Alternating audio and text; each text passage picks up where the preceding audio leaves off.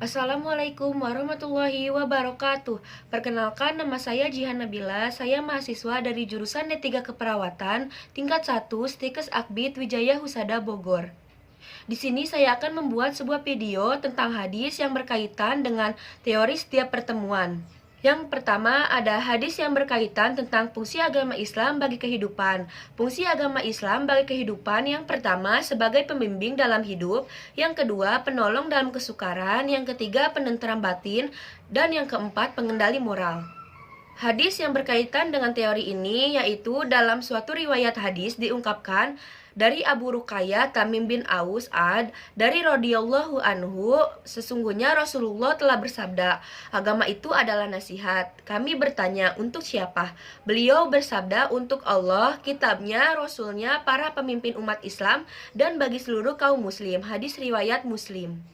Yang kedua, ada hadis yang berkaitan dengan akhlak terpuji, tidak meminum minuman keras. Akhlakul karimah atau disebut dengan akhlak terpuji merupakan salah satu golongan macam akhlak yang harus dimiliki setiap umat muslim karena mempunyai dampak positif. Salah satu akhlak terpuji yaitu tidak meminum minuman keras. Sebagaimana diriwayatkan oleh Abu Dawud bahwa Rasulullah Shallallahu Alaihi Wasallam bersabda, khamar itu telah dilaknat zatnya, orang yang meminumnya, orang yang menuangkannya, orang yang menjualnya, orang yang membelinya, orang yang memerasnya, orang yang meminta untuk diperaskan, orang yang membawanya, orang yang meminta untuk dibawakan, dan orang yang memakan harganya. Hadis ini diriwayatkan oleh Ahmad, At-Tayalisi, Al-Hakim At-Tirmidzi dalam Al-Manhiyat hal 44. Hadis larangan meminum khamar juga disebutkan dalam Imam Ahmad yang meriwayatkan sebuah hadis dari Abu Musa al-Asy'ari bahwa Rasulullah Shallallahu Alaihi Wasallam bersabda, tidak akan masuk surga orang yang senantiasa minum khamar, orang yang percaya atau membenarkan sihir, dan orang yang memutuskan tali silaturahim. Barang siapa mati dalam keadaan meminum khamar atau mabuk, maka Allah kelak akan memberinya minum dari sungai Guhtoh, yaitu air yang mengalir dari kemaluan para pelacur yang baunya sangat mengganggu para penghuni neraka. Yang ketiga, ada hadis yang berkaitan dengan akhlak terpuji yang berhubungan dengan kesehatan. Akhlak terpuji yang berhubungan dengan kesehatan yaitu puasa. Puasa dapat melindungi kesehatan otak dan meningkatkan pembentukan sel saraf untuk meningkatkan fungsi kognitif. Puasa juga dapat membantu mencegah gangguan neurodegeneratif seperti penyakit Alzheimer dan Parkinson. Sebagaimana hadis riwayat Tabrani yaitu berpuasalah, niscaya kamu akan sehat.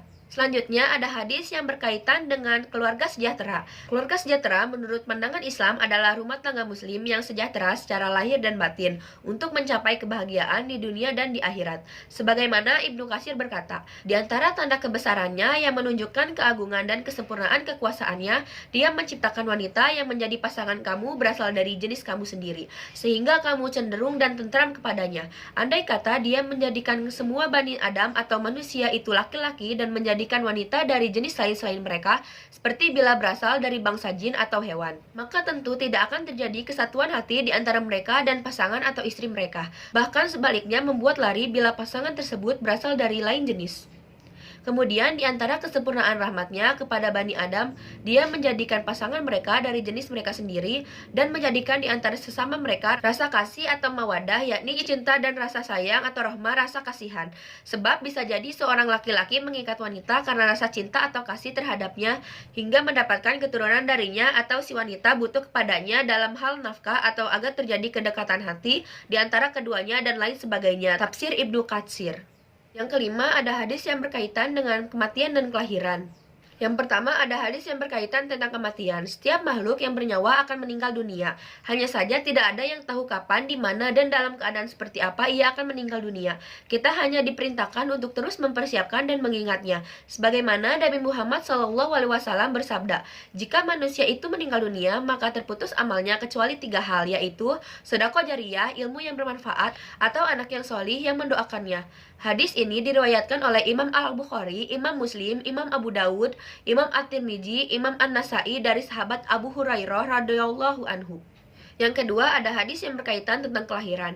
Kehadiran buah hati dalam sebuah pernikahan menjadi hal yang diimpikan oleh setiap pasangan. Kelahirannya menjadi sumber kebahagiaan bagi orang tuanya. Anak menjadi tumpuan harapan dan doa orang tua agar tumbuh menjadi pribadi yang soleh dan soleha. Sebagaimana Al-Hasan Al-Bashri berkata, "Semoga kamu senantiasa bersyukur kepada Sang Pemberi, yaitu Allah, dan diberkahi dengan anak yang dianugerahkan kepadamu. Semoga cepat besar dan dewasa, dan engkau diberi rejeki dengan patuh baktinya." Yang terakhir, kesimpulan dari presentasi saya yaitu selain kita berpegang teguh pada Al-Quran, kita juga harus berpegang teguh dengan hadis karena hadis memiliki tujuan, yaitu memperlengkap kejelasan pada Al-Quran agar umat manusia tidak menerima berita yang simpang siur. Sekian video dari saya, kurang lebihnya mohon maaf. Wassalamualaikum warahmatullahi wabarakatuh.